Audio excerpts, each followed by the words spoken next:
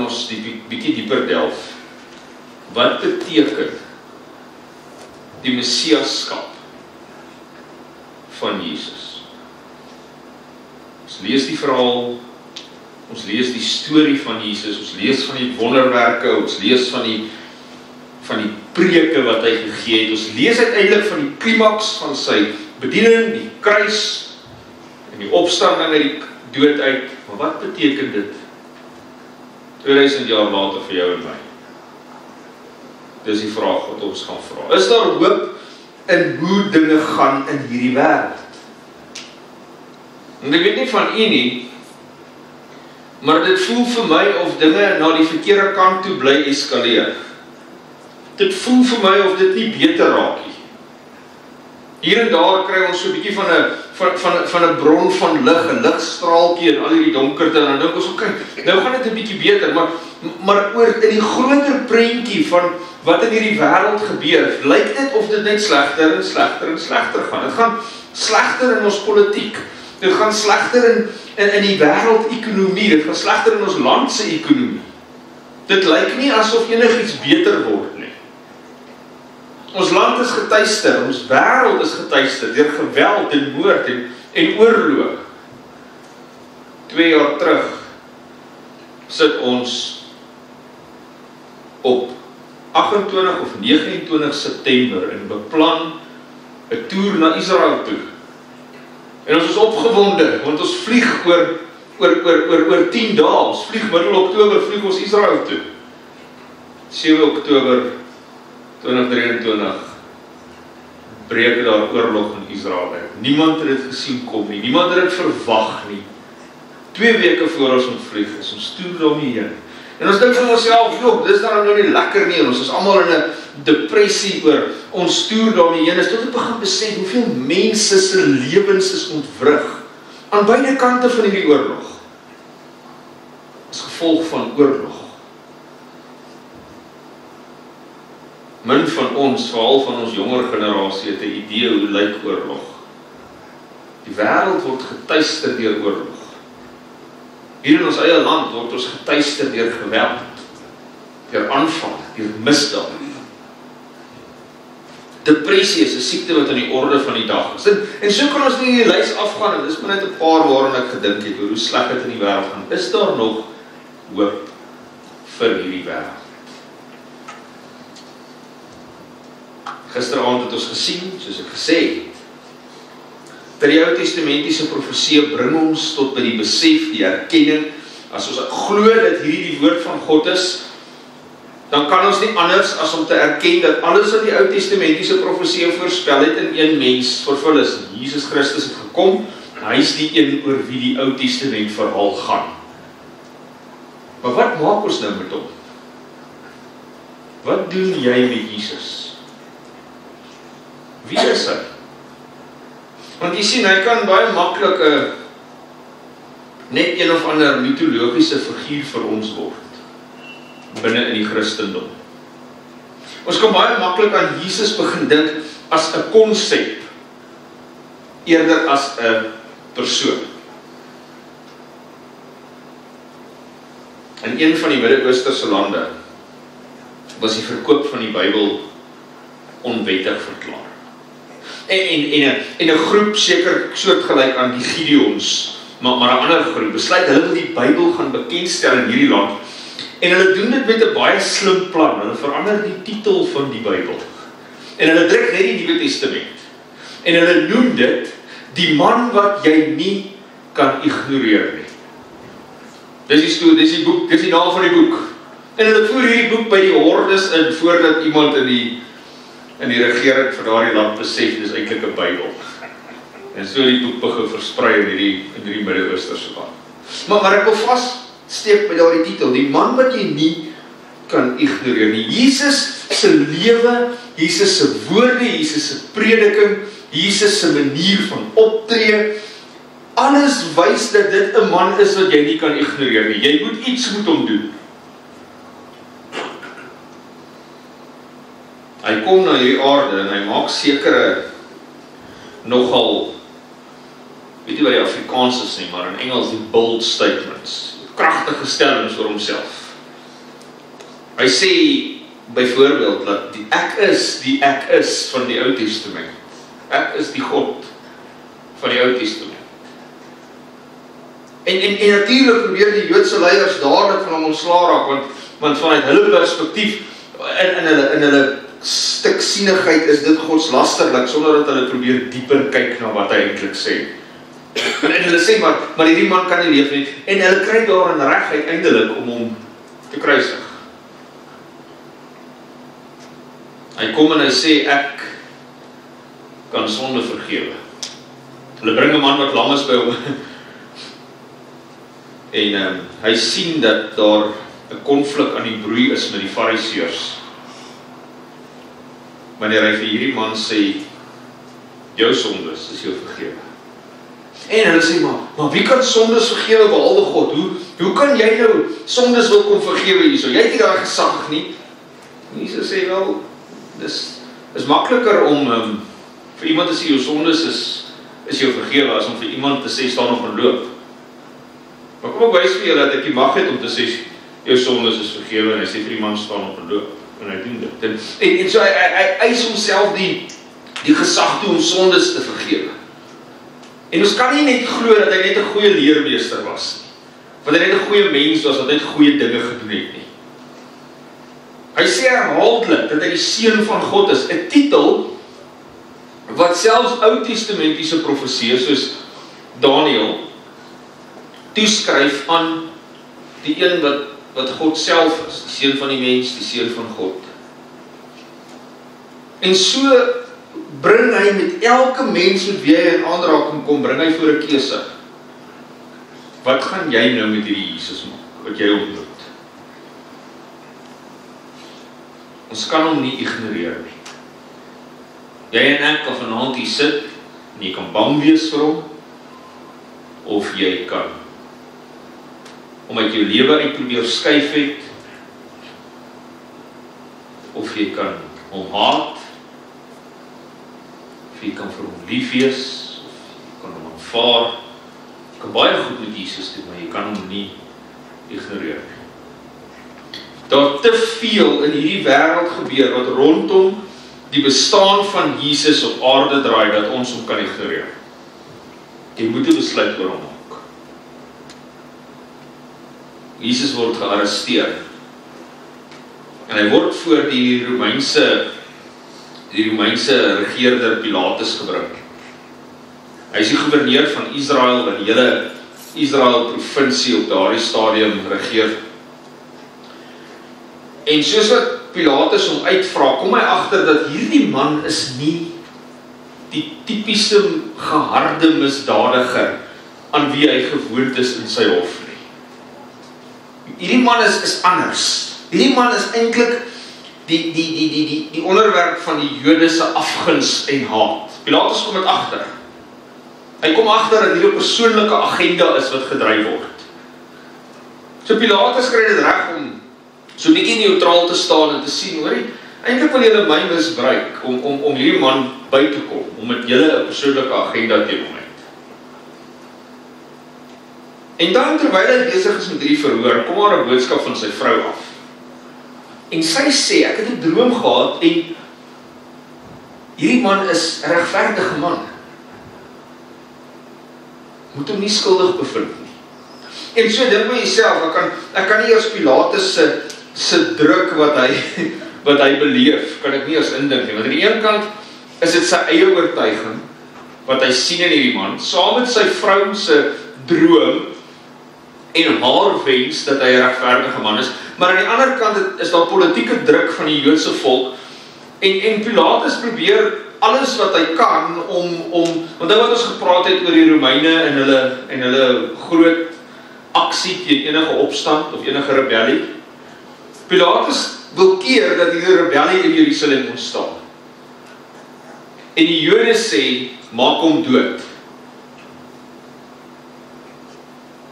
En wat sê Pilatus in radeloosheid, in wanhoop? Wat moet ek dan doen met Jesus wat genoem word die Christus, met Jesus wat genoem word die Messias? En jy en ek kom met dieselfde vraag, wat moet ek doen met Jesus? En soos heeltemal onwettig, heeltemal buite die wette van of die Romeinse Ryk of die Joodse kultuur, bevind hulle hom skuldig. En ek dink Pilatus se geheue, kort daarna sy onthef van sy posisie as gouverneur. Maar ek dink sy geheue bly vashak by hierdie besluit wat hy geneem het. En dit het hom dalk vir baie lank, dalk die res van sy lewe geplaag. Van die begin van hierdie aardse geskiedenis af, is daar die vraag, wat moet ek met hom doen? Wat moet ek met God doen? Ons dink byvoorbeeld aan 'n paar keuses wat ons in die Bybel vind. Die eerste daarvan, Kain en Abel. Toe Adam en Eva gesondig het God aan hulle die plan van die verlossing bekend gemaak. Ons het gisteraand gekyk na daai profesie waar God voor hulle vir Satan sê, daar gaan een kom wat die mag van Satan gaan breek in Genesis 3 vers 15. En hy stel vir hulle 'n beginsel in plek om hierdie verlossingswerk wat sou plaasvind te simboliseer. En daai plan wat hy vir hulle gee, daai beginsel wat hy vir hulle gee, is die offer van diere. 'n lammetjie moet sterf in jou plek sodat jy kan bly leef. Dit is die beginsel. Iets moet sterf, iets moet doodgaan in jou plek. En hy stel hierdie beginsel van offerdiere voor. En dit is iets wat eintlik eers baie later in Jesus tot vervulling sou kom, baie eeue later, maar deur die Ou Testament is dit die beginsel. Die offer van diere is vir die vergifnis van sondes. Dit is vir die bevryding van die sondelas. En wat doen Kain en Abel? Elkeen van hulle kom voor 'n keuse te staan. En Kain begin by homself wonder, is dit regtig nodig om 'n dier te slag?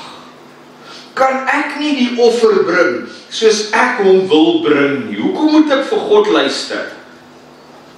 En ons lees daarvan, en na die verloop van tyd, het Kain die vrugte van die land deur die vrugte van die land aan die Here offer gebring. Maar dit klink mos baie mooi, Kain bring daar maar 'n mooi offer. Jy sien, God is die een wat bepaal hoe hy aanbid wil word. En ons gaan volgende week bietjie dieper daarin delf.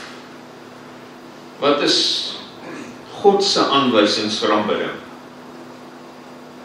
Kain bring vrugte as 'n offer en Abel het ook van die eerstgeborenes van sy kleinvee gebring, naamlik van hulle vet.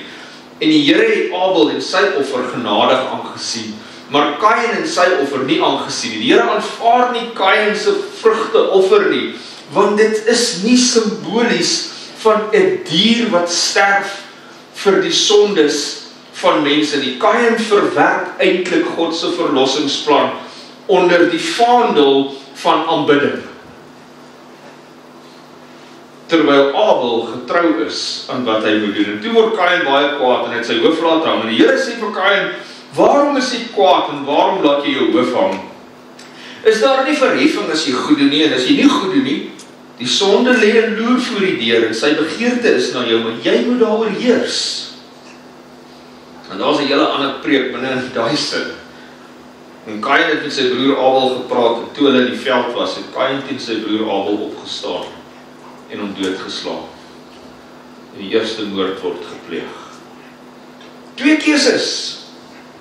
Die lam geslag vir die sonde van Abel en aan die ander kant vrugte wat nie daar dieselfde effek het as 'n lam wat geslag word nie. Nog 'n voorbeeld, ons kan hierdie Ou Testament baie voorbeelde kyk, maar kom by die Nuwe Testament kom. Nog 'n voorbeeld is Herodes en die wyse manne. 2 groeperings, 2 verskillende tipes mense. Herodes wat wel bekend is met die Joodse godsdienst, die Joodse geloof, wat weet, wat glo hulle, wat die skrifte verstaan, wat deur ondertrouery eintlik al deel is van hierdie Joodse geloof, van hierdie Joodse volk, en heidense wyse manne, wat uit die ooste uitkom, wat nie deel is van hierdie spesiale volk van God nie. En dan is daar die geboorte van hierdie seentjie, en die wyse manne kom en hulle het in die huis gegaan, en die kindjie by Maria se moeder gevind en neergeval. En die wyse manne wat nie deel eers is van hierdie volk nie, bring aan hom hulde. En hulle maak hulle skatte oop en bring vir hom geskenke, goud en wierook en mirre, wat hulle voor hom neerlê. Maar wat doen Herodes? Van die begin af is Herodes bang dat Jesus 'n moontlike aanspraakmaker op sy posisie gaan wees, dat hy nou die nuwe koning gaan wees, dat hy nou die een gaan wees wat hier gaan opstaan en 'n militêre leier word om die Joodse volk te lei. En hy's bang vir Jesus, en ons weet wat daar gebeur, toe Herodes sien dat hy deur die wyse manne mislei was, want hy sê vir hulle, gaan soek die koning wat julle van praat, en kom vertel my waar hy is, want ek wil ook graag vir hom gaan hulde bring. En ons weet dat hulle ook dan gewaarsku word deur 'n droom, dat hulle dit nie moet doen nie.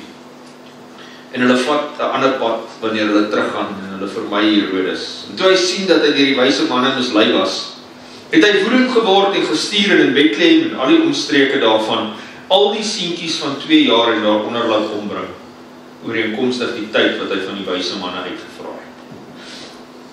Wyse manne, Herodes, wat gaan jy met Jesus doen? Wyse manne, ons verstaan nie heeltemal nie.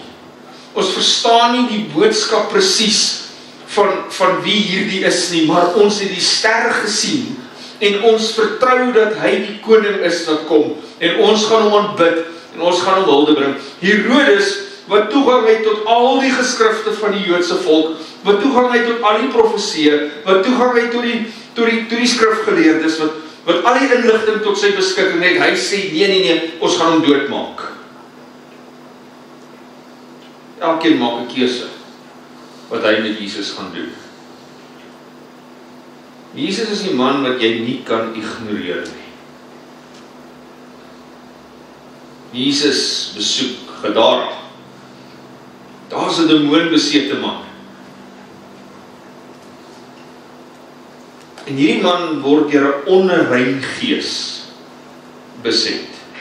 Nou is interessant dat die Bybel sê is 'n onrein gees. Die Bybel sê nie eers presies die beskrywing van hierdie gees nie. Miskien is dit te walglik om dit te beskryf in woorde, dat dit nie noembaar is nie.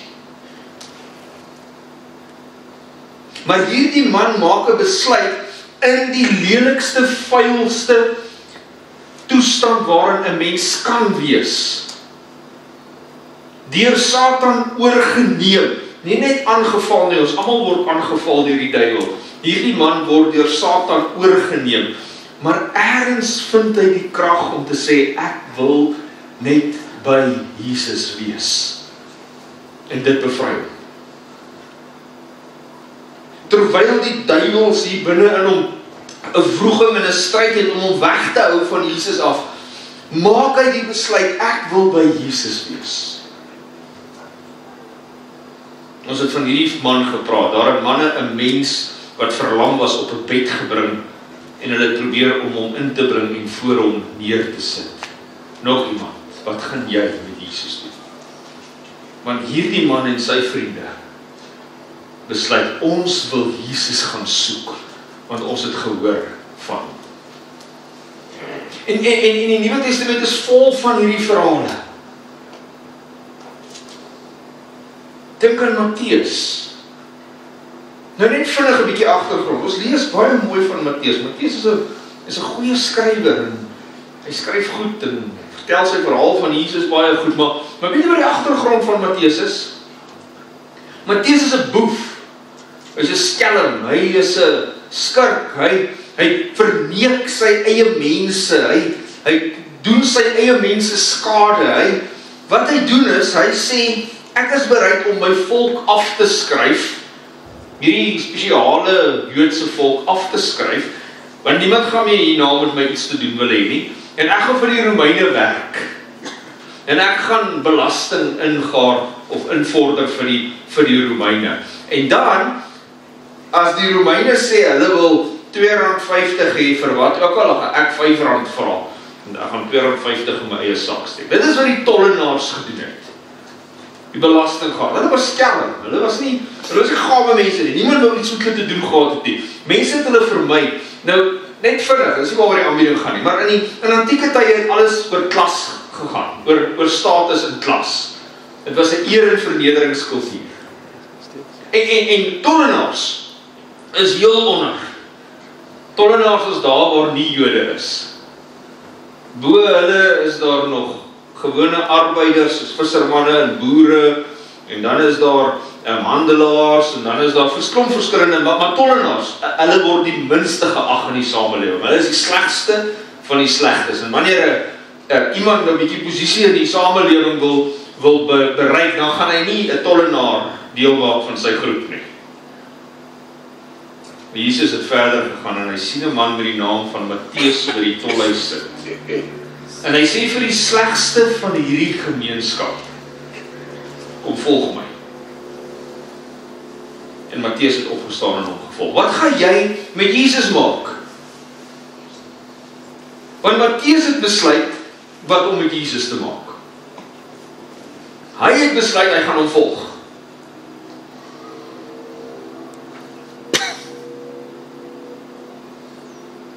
Aan die ander kant van die status spektrum is die fariseërs.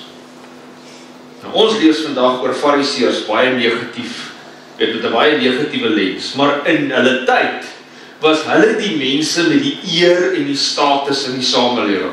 Hulle was die mense na wie almal opgekyk het. Hulle was die mense met wie mense tyd wou spandeer en wat jy in jou kring wou hê. Hulle was die mense wat belangrik was. En een van hulle se naam is Nikodemus. En hy is een van die rykstes van hierdie groep. En hy kom in die nag na Jesus toe, want hy wil nie gesien word saam met hierdie man nie.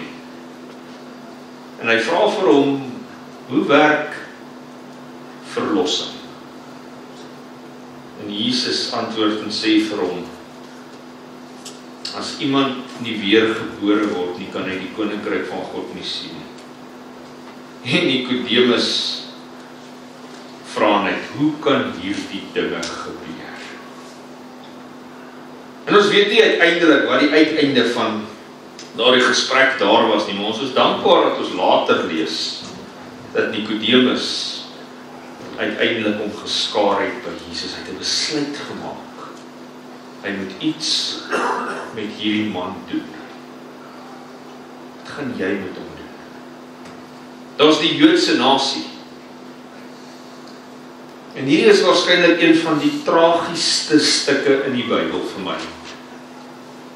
Want die Joodse nasie het 'n haat in hulle vir die Romeine en alles wat Romeins is. Hulle haat hulle. En dan wil hulle van Jesus ontslae raak. Hulle volg hulle leiers om van Jesus ontslae te raak.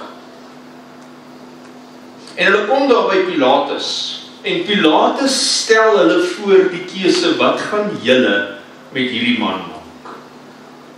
En hy vra vir hulle, moet ek julle koning kruisig? En die owerpriesters, die volk antwoord, ons het geen koning behalwe die keiser nie. En ek dink by myself, wat? Hoe kan dit wees dat dit dieselfde mense is wat die keiser haat? Maar dat hulle hierdie politieke speelbal sal speel om van Jesus ontslae te raak deur hom te erken as hulle koning. Waar is God? Is God nie die Joodse volk se koning nie?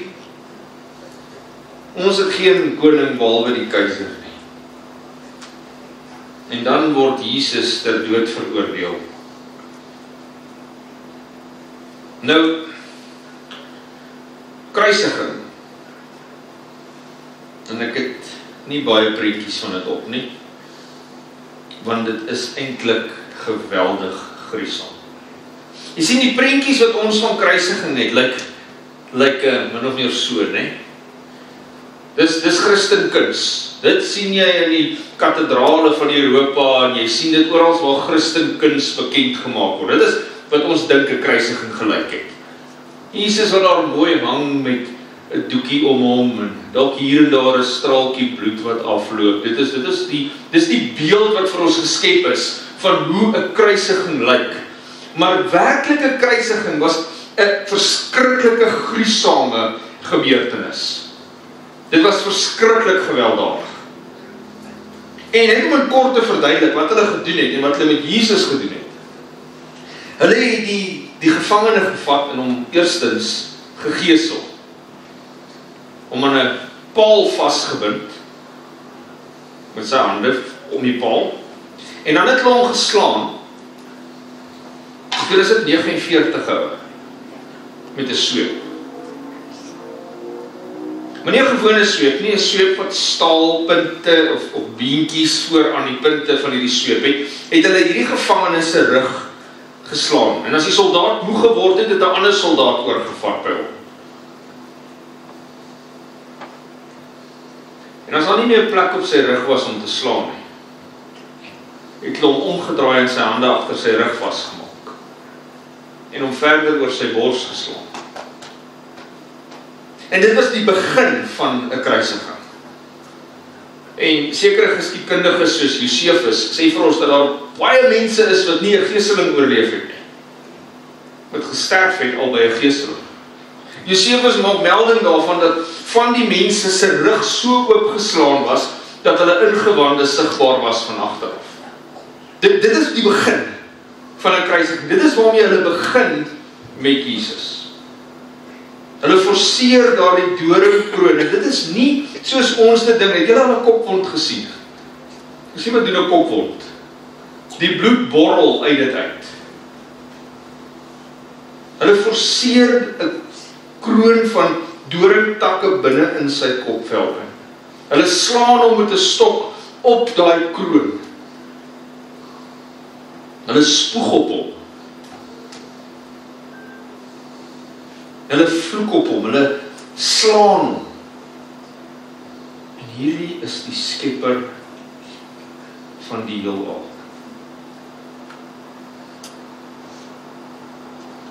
Dan het die kruisiging verskuif na die plek van kruisiging toe.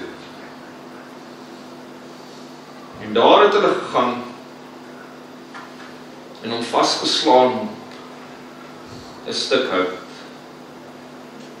Dik, groot staalspykers, nie deur sy palms daar nie, maar hier waar die hand en die arm by mekaar kom, sy gewrig. Waar hy tussen die twee bene van jou arm die spyker kon deurgaan, sodat jou arms nie uitskeer nie. Ons praat oor hierdie goed asof dit maar net iets is wat gebeur het. Weet jy en ek wat is fisiese pyn, werklike fisiese pyn? En laat Jesus met daardie oopgeslaande rug op 'n stuk hout laat lê en sy hande vasgeslaan. En daardie houtkruis regop gelig, sy voete onder vasgeslaan, die houtkruis regop gelig en dit laat val binne in die gat wat vir daardie kruis bedoel was. En die skok en pyn wat deur sy liggaam gaan is ondenkbaar. En daar hang Jesus as 'n gevangene. Nou, gevangenes, die idee van kruisiging, en die Romeine het dit vervolmaak, was dat jy moes versmoor. So wat gebeur het is, jou arms is in 'n regop posisie, jou bene is in 'n gebuigde posisie, jy hang met jou gewig aan jou arms, maar as jy lank genoeg hang, kan jy nie meer asem kry nie. En hulle strek dit uit. En wat die gevangene dan doen is, hy moet elke keer wat hy 'n asemteugel gee, homself opstoot en asemhaal, en dan kan hy nie meer nie en hy moet weer laat sak. En dit is wat kruisiging was. En so het jy gehang, en as hulle die dood wou vervroeg, want party mense kom vir daal lank swaan, het hulle jou bene gebreek. Wat beteken dat jy nie meer jouself kon opstoot om asem te haal nie, en jy het vinnig gesterf. Hulle kom by Jesus en hy is klaar dood nog voordat hulle dit kon doen. Maar hy hang aan daardie kruis en ek dink by myself net in die werklikheid van die situasie in. Vliee wat op die bloed kom sit en die wonde kom sit. En hy kan niks doen om dit weg te jaag nie. Die dors wat hy ervaar wanneer hy sê ek is dors. Jesus se behoefte aan die mees basiese ding wat 'n mens het, en dis net bietjie water. By 'n kruisiging net, as gevolg van die skok, die liggaam 'n koorsaanval kon kry. 'n mediese dokter het eendag vertel wat met 'n liggaam sou gebeur by 'n kruisiging. Jy sou totale beheer oor jou liggaamsfunksies verloor het. Dit was absoluut vernederend, tot in die hoogste graad. Hierdie prentjie is nie hoe dit gelyk het nie. Hulle het jou nie gekruisig met 'n mooi lappie om jou lendene nie. Die Romeine het jou kaal gekruisig. En dit is die grootste vernedering wat hulle aan iemand kan doen, is om hom kaal te maak en hom voor sy ma te laat hang in daardie toestand. En dis wat hulle met Jesus doen. Die verbygangers het hom gesmaad terwyl hulle hoofde skud en sê, jy wil die tempel afbreek, want dit was van sy laaste woorde in sy laaste preek. Jy wil die tempel afbreek en in 3 dae weer sou opbou. Red jouself, as jy die seun van God is, kom daar van die kruis af. As hy nooit geweet het, dis omdat hy die seun van God is, dat hy aan die kruis is.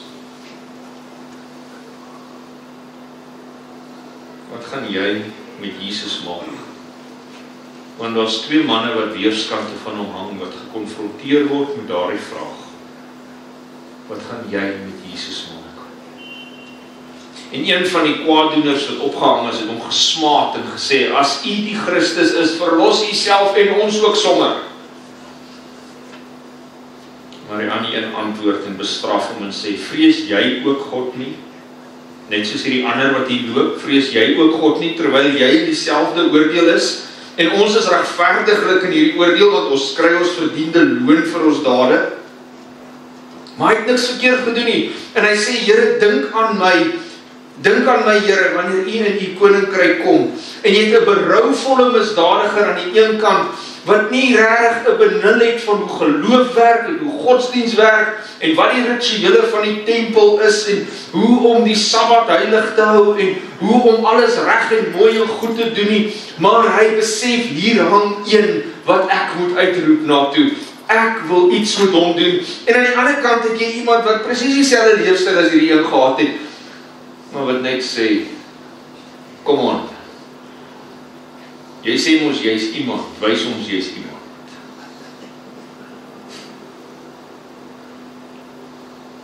En Jesus antwoord aan die sterwende misdadiger die woorde.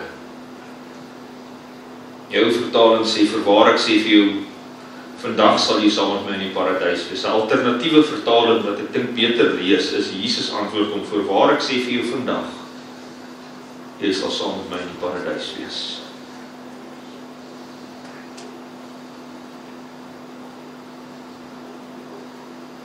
Voor die kruis staan nog 'n man wat 'n besluit moet neem, wat gaan hy met Jesus maak? 'n Romeinse soldaat, 'n man wat meer geweld gesien het in sy lewe as waarskynlik ons almal in hierdie vertrek saam. Orde van die dag, doodmaak op die wreedaardigste maniere, moontlik selfs in beheer van die kruisigings van Pilatus. Hy staan voor hierdie kruis en hy hoor woorde wat hierdie man praat aan die kruis, wat hy nog nooit by enigiemand anders gehoor het nie. Woorde van vergifnis, uitroepe tot God. En hy sien die donkerte van die aarde omhul en hy voel die aardbewing. En die hoofman oor 100 wat reg voor hom staan, sien dat hy uitroep en sy laaste asem uitblaas en sê, waarlik hy was die seun van God. En kerkgeskiedenis leer vir ons dat hierdie hoofman oor 100 waarskynlik 'n groot naam in die Christenkerk word oor wat hy beleef by die kruis. Hy besluit om iets met Jesus te doen. Maar wat het die Joodse priester gedink?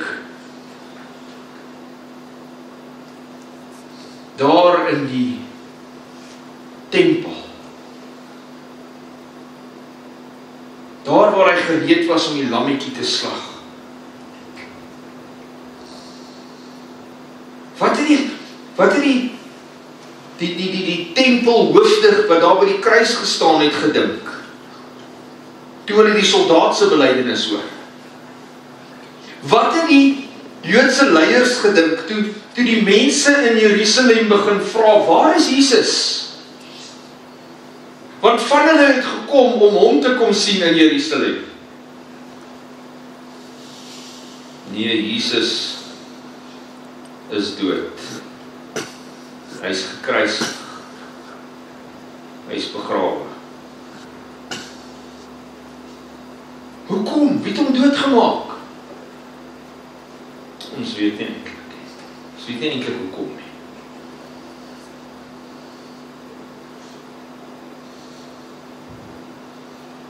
Maar Jesus het beloof dat hierdie nie die einde van die verhaal sal wees nie. En hierdie priesters gaan terug na Pilatus toe en hulle sê, my Heer, ons herinner ons dat hierdie verleier, toe hy nog in die lewe was, gesê het, oor 3 dae staan ek op. Gee dan bevel dat die graf verseker word tot die 3de dag, toe dat sy disippels nie miskien in die nag kom en hom steel en vir die volk sê hy het opgestaan uit die doodheid. En daardie dwaling, die laaste dwaling sal erger wees as sy eerste dwaling. En Pilatus gaan en hy gee sekuriteitmaatreëls daar rondom die graf. Maar watter sekuriteitmaatreëls kan effektief wees om die seun van God in 'n graf te hou?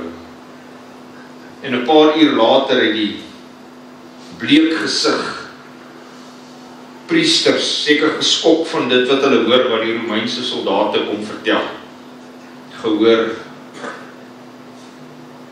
dat Jesus het opgestaan. En nog steeds probeer hulle die soldate eerder omkoop om te sê, nee, sê maar sy disippels het hom kom steel. Hoe ver verdorwe kan jy in jou verwerping van die Messias wees, dat jy selfs wanneer jy 'n ooggetuie opstanding hoor, van die opstanding hoor praat, nog steeds sê, nee, kom ons maak 'n plan dat hierdie storie net nie uitkom nie. En nou is die vraag myne en joune om te beantwoord.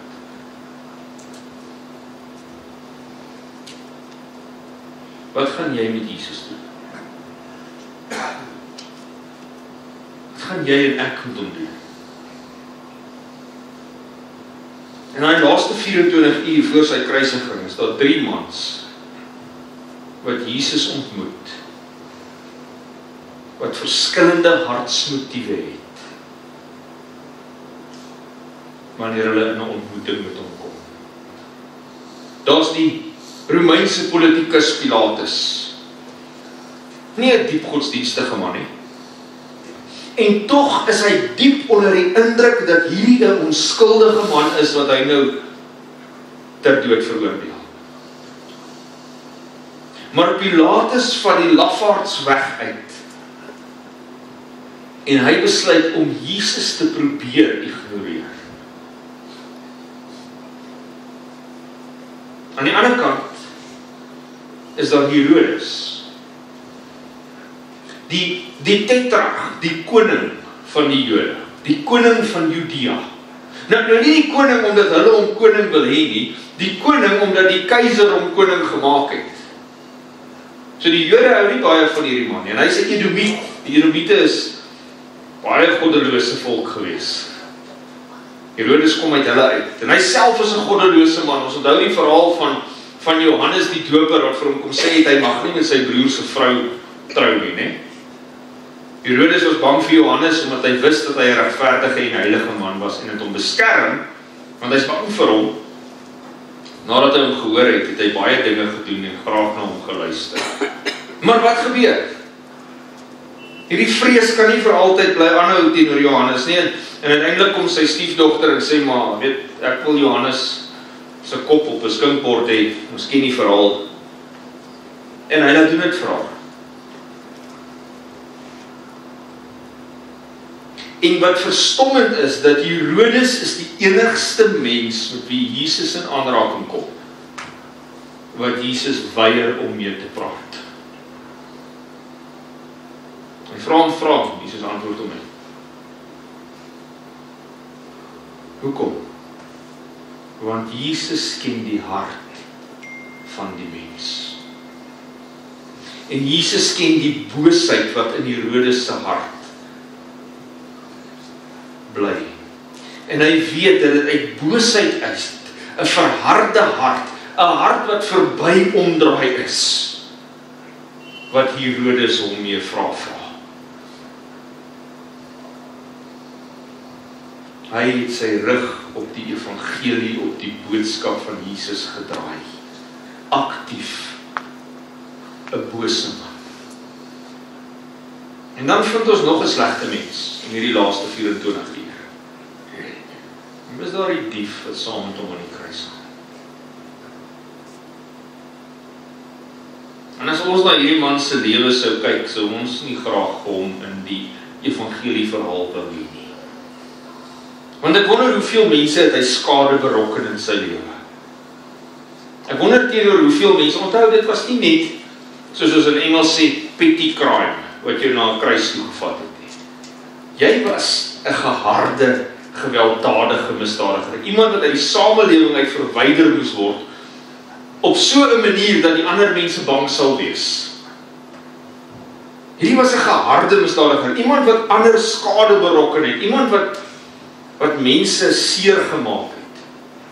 Iemand wat ons nie deel van die evangelieplan wil hê nie.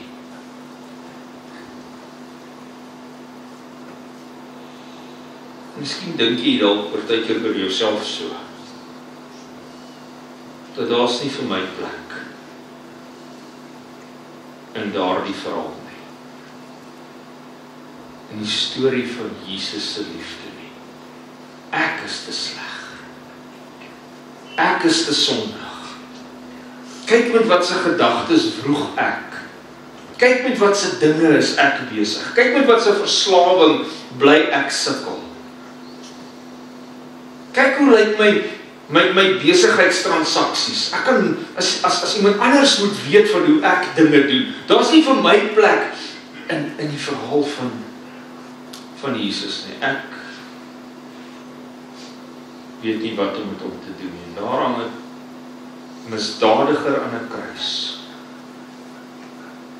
En al wat hy het om te sê is, Here, dink aan my ook.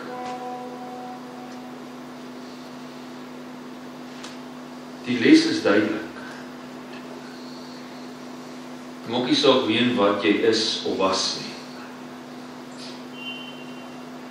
As jy bereid is om jou hand na hierdie man uit te strek, nou, vanaand, sal hy dit opvaar. Want hy het niemand nog ooit wat na hom toe kom uitgewerk nie. My gunsteling teks in die Bybel,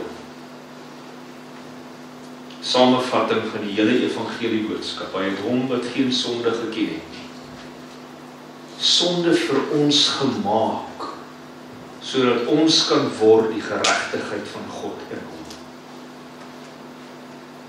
Hy het deurgegaan wat jy en ek verdien om deur te gaan, sodat ons kan kry wat hy verdien om te hê.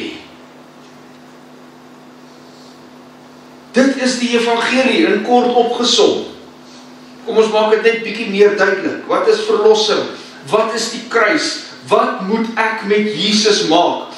Satan se plan is, in die begin van die skepingsverhaal, is om God, en soos hulle in cricket sal sê, in 'n catch-22 te sit. Maak nie saak wat God doen nie.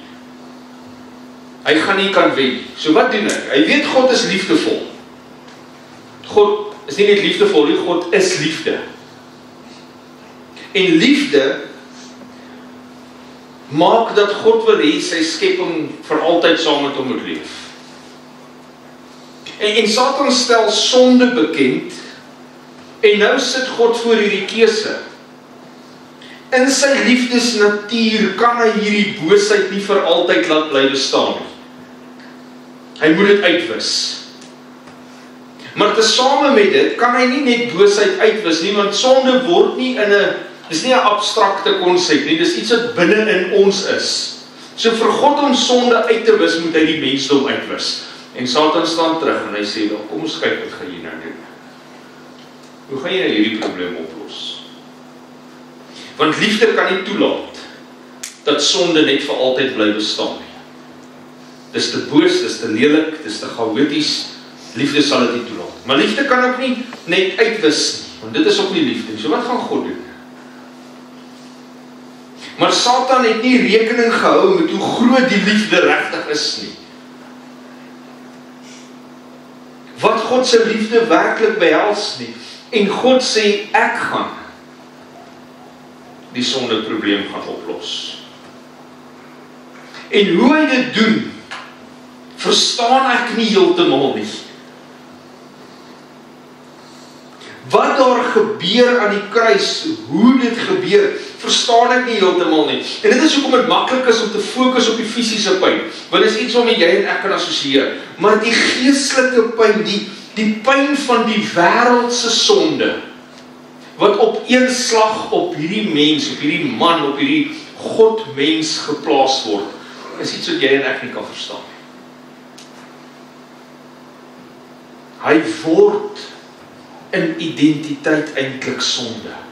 Nie 'n sondaar nie, sonde. Nou ek weet nie wat jou nie, jy het 'n sonde van jouself probeer wegsteek. Dit begin jou opvreet, een sonde. Dit begin jou opvreet, dit vreet aan jou. Jy weet naderhand nie meer wat om te doen, jy raak moedeloos daaroor. Dit kry jou onder. Jesus gaan met die hele wêreld, elke liewe mens wat nog ooit 'n sonde gedoen het, elke liewe sonde, daardie las, dit wat jy en ek partykeer voel oor 1 of 2 sondes, dit vat Jesus van die totale mensdom op een slag op homself. Moes dit nie sy siel gebreek het nie. En nie net die sondes nie, ook al die gevolge van elke liewe sonde. Elke siekte, elke trauma, elke skade, elke slegte ding, alles gelyktydig. Jesus word sonde. En wat doen hy daarmee? Hy gaan daarmee aan die ewige dood in. 'n dood wat jy en ek veronderstel is om te sterf. Vir ons sondes. En Jesus sê, ek vat die sonde las van hierdie hele wêreld, vat ek in daai dood in, en hy staan God dan 3 dae later weer op, want die dood kan hom nie hou nie, want hy is die een wat mag het oor die dood. Maar hy staan as 'n verlosser. Hy is nie meer die stikkend geslaande een wat aan die kruis gesterf het nie. Hy staan op as die oorwinnaar, want hy los daar die sondelas, hy los my sondelas, los hy daar in die graf agter. Hy los dit in die dood. En hy het oorwinning gebring. Satan het gesê, hoe gaan jy sonde uitwis? Want om sonde uit te wis, moet jy vir Hendrik uitwis. Dis die enigste manier hoe jy van sy sonde ontslae kan raak. En Jesus sê, dis nie die enigste manier nie. Want ek kan Hendrik se sonde in myself uitwis. Ek vat dit na die ewige dood en ek los dit daar, sodat hy nie hoef nie. En dan kom die vraag terug, vol sirkel tot by my. Wat gaan jy met Jesus doen? Want ek het 'n keuse. En ek het 'n strikvraag wat ek gewoonlik vra. Ek vra, is daar iets wat jy vir jou eie sondes kan doen? Mense sê dadelik nee. Maar daar is. Jy kan die ewige gevolge dra vir jou sondes, as jy kies om dit eerder te doen. Want jy sien, jou sonde moet uitgewis word. En jy het 'n keuse vanaand. Jy kan sê, Here, ek aanvaar die prys wat jy betaal het. Ek aanvaar dat jy met my sonde gegaan het na die graf toe. Ek neem dit aan, ek glo dit. Ek aanvaar dat my sonde in Christus se dood uitgewis is. Of ek kan die besluit maak en sê, ek verwerp dit, gee my sonde terug, ek sal daarvoor gaan sterf. En dis die enigste 2 opsies. En hoe tragies en dom sal dit nie wees om my sonde vir myself terug te vat. Want Jesus het dit klaar hanteer. jou en my sonde gaan gewis uitgewis word. Die vraag is net waar. En dis jou en my keuse. Los ek dit by Jesus, gee ek dit vir hom, aanvaar ek dat hy kruis toe is, met alles wat lelik en sleg is van my, en alles wat lelik en sleg is wat met my gebeur. Of sê ek gee vir myself, ek sal daarmee handel. En ek wil vir julle 'n lied speel, voordat ons finaal afsluit, vanaand. En as jy sensitief is vir geweld, luister net na die woorde, maak die jou oor, luister na die woorde, maar die beelde op die skerm, ruk my hart elke keer, wanneer ek my laat besef, wat Jesus vir my gedoen het. Hierdie is 'n kunstenaarsvoorstel, iemand het gevra in die week, ek moet net gesels oor die prentjies van Jesus. Dis kunstenaarsvoorstellings, ons weet nie hoe lyk Jesus nie. Baie mense, ek glo al ontmoetings, profetiese ontmoetings met Jesus gehad, Jesus het alweer aan mense verskyn in drome, almal beskryf hom verskillend, wat hulle gesien het, wat hulle beleef het. Ons weet nie hoe lyk Jesus nie, ons sal eendag weet. So, is nie hoe Jesus gelyk het. Maar dit is 'n kunstenaarsvoorstelling wat 'n gereedskapstuk kan wees wat God kan gebruik om jou en my hart te raak. En ek hoop hierdie lied doen vir julle, wat dit keer op keer vir my doen wanneer ek daarna luister. Dit is hoe liefde lyk. Dis hoe werklike liefde lyk. En dit is wat hy vir jou en vir my het.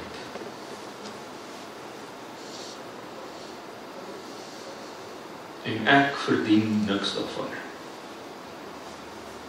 Maar dit is wat dit liefde maak.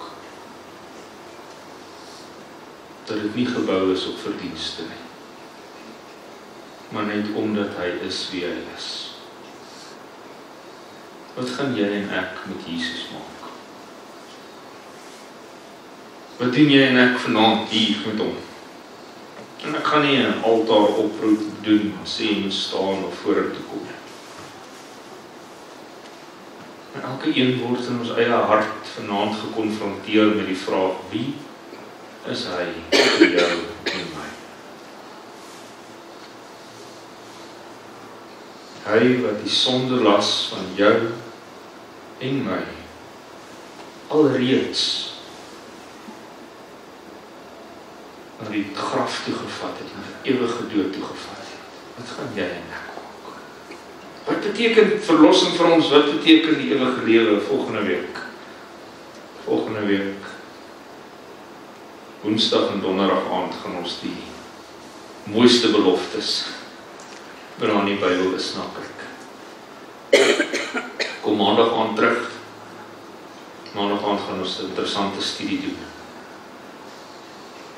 oor die identiteit wat jou hoop gee. Dit wat God jou voorgeskaap het.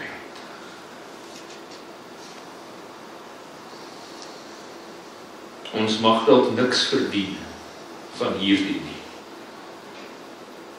Maar hy sien iets in ons raak wat hom dit laat doen het. Hy sien kinders vir wie hy lief is. Wat gaan jy en ek met Jesus doen? Wil die vrou die oë te sluit vir 'n gebed, soos wat ons afsluit. Here Jesus, hoe groot is die verlossingsgeskenk nie. En hier waar ek vanaand staan, verstaan ek dit nie heeltemal nie.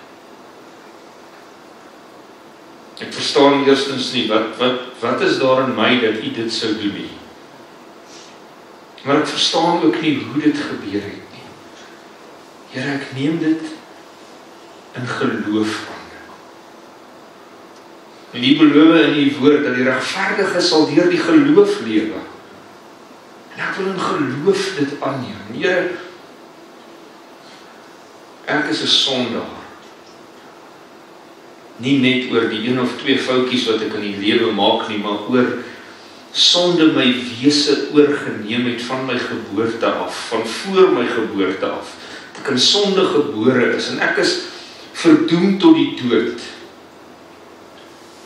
Maar U het my so lief gehad dat U Uself gegee het terwyl ek nog 'n sondaar was, sodat ek die ewige lewe in Jesus kan hê.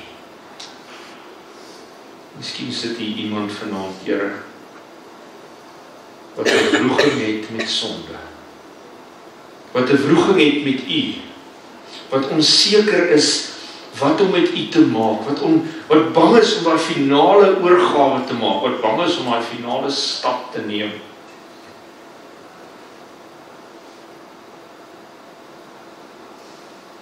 Wat vanaand se boodskap daardie hart tref, Here. U beloof U het nie gekom om die wêreld te veroordeel nie, maar om die wêreld te red.